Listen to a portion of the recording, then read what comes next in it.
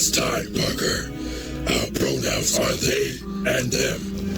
Not because we are non-binary, but because we are literally two niggas.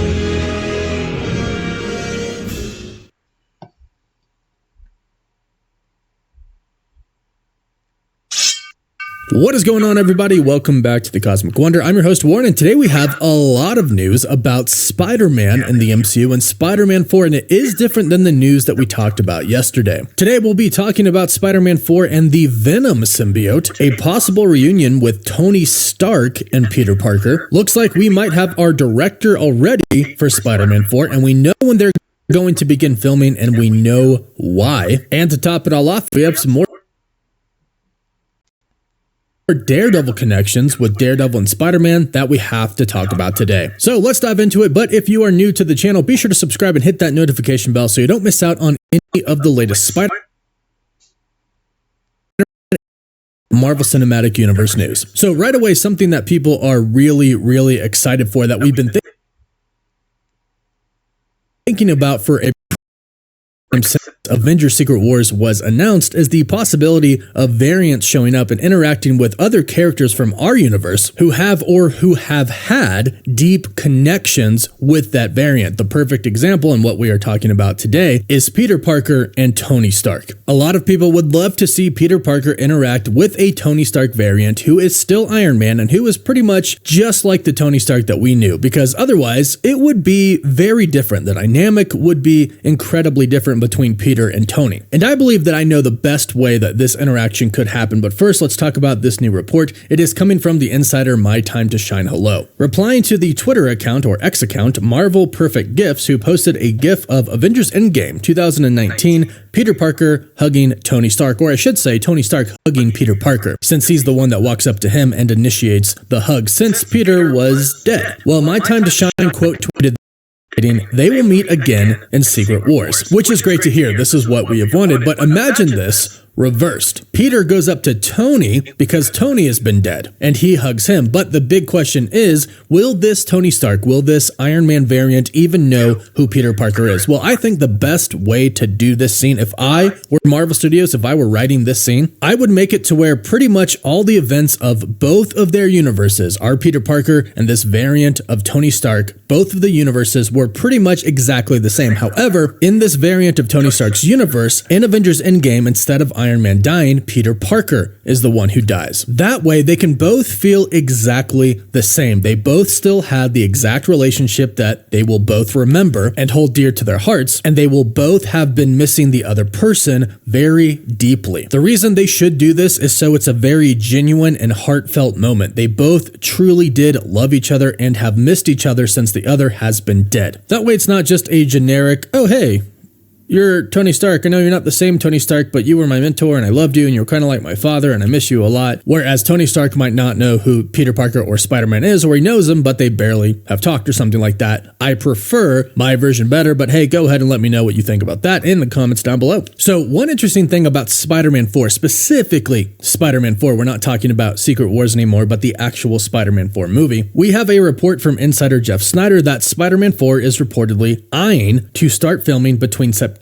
and October, which is great news, but a lot of people online have been asking, how the heck is it going to start filming so soon when they haven't even announced a writer, a director, anything like that? Well, Alex P. from thecosmiccircus.com, a very credible outlet, has stated in a reply to a few different tweets these statements. They have writers, publicly confirmed is a separate story, implying that Marvel Studios has the writers locked down. They are working on it, working on that script. And don't forget, a while ago, I'm talking months and months ago, Tom Holland did confirm that they have already met with Sony and Marvel Studios, and they've already talked about the story for Spider-Man 4. So the story has been well underway for a pretty decent time now, over a year, over a couple of years probably. Don't forget Kevin Feige and Amy Pascal from Sony, right after Spider-Man No Way Home, they both confirmed that they are indeed going to do another Spider-Man movie, and they have already begun to work on it. So this movie has been in the works for a long time. Now, Alex Perez also stated this: Marvel and Sony really want this movie out ASAP, not before Daredevil Born Again, but still sooner rather than later. And when asked what year, he stated 2026 is a far more likely candidate. You've got Cap 4, Thunderbolts, Fantastic Four, and Blade all coming out next year. And yeah, that is a lot. It would be really hard to throw Spider-Man into that mix, which is why we had that Sony-Marvel feud. Sony wanted Spider-Man to come out in the middle of 2025, but Kevin Feige said that he wouldn't have any time to really focus on it because of everything that they have going on, which was just stated. Cap 4, Thunderbolts, Fantastic Four, Blade, all of that in 2025. But the last that we heard, it sounds like everything is going pretty well between Sony and Marvel Studios. They have come to a pretty good compromise for both of them, and now it looks like Spider-Man is going to be releasing in 2026. That way, Kevin Feige will have enough time to dedicate specifically to Spider-Man 4 to oversee it and make sure it's a really good movie and it fits overall with the Multiverse Saga and Avengers Secret Wars. But going back to what Alex P said before, they want it out ASAP. We talked a tiny bit about this yesterday, but that is because they want it out before Avengers 5. Not just out before Avengers Secret Wars, but before Avengers 5. That way Spider-Man can be one of the lead characters of Avengers 5, which makes a ton of sense. Again, Marvel Studios has stated, Bob Iger has publicly stated, they are going to focus on their franchises that are safe. And Spider-Man, I think, is about as safe as it comes. Everybody really loves Spider-Man. Spider-Man is one of the most well-known, most popular superheroes in the world. Plus, not to mention, since he's joined the MCU, he has been incredibly more popular. But according to Jeff Snyder, we might have a possible director for this movie as well, Justin Lin. And if that name sounds familiar, that is most likely due to the fact that he has directed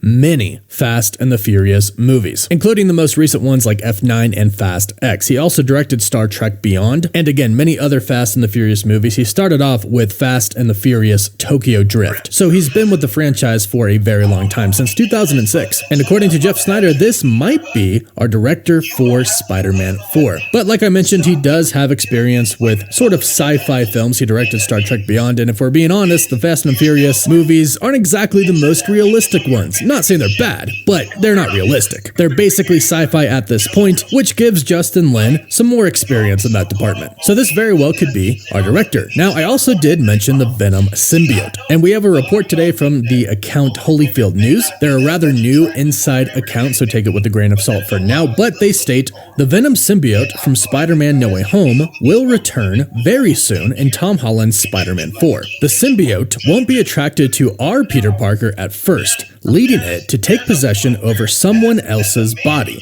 When Spider-Man is nearly brutally killed, he would then come in contact with the Venom symbiote. Now, when they state it's going to take possession over somebody else's body first, I think we're all thinking Eddie Brock. However, I'm still hoping that in some way, shape, or form, the symbiote does come in contact with Peter Parker first. Or at least if he comes in contact with Eddie Brock first and then goes to Spider-Man, helps him essentially get revived, and then Spider-Man rejects him, we'll get the storyline where Venom hates Spider-Man. I want that storyline very badly in the MCU. However, we have heard that Marvel Studios is most likely waiting for Peter Parker to get the Venom symbiote for Avengers Secret Wars. That way it would be pretty comic accurate, because that is where he gets the Venom symbiote for the very first time in the comics. Now, will this happen in Spider-Man 4? Will he actually get the symbiote in Spider-Man 4? We are unsure at this moment, but it does look like the symbiote's presence will be seen and felt in the Spider-Man 4 movie. And perhaps they are setting it up for the next Avengers film. Perhaps in the next Avengers movie, Spider-Man goes up against Kang or whoever else the main villain is at that time and gets really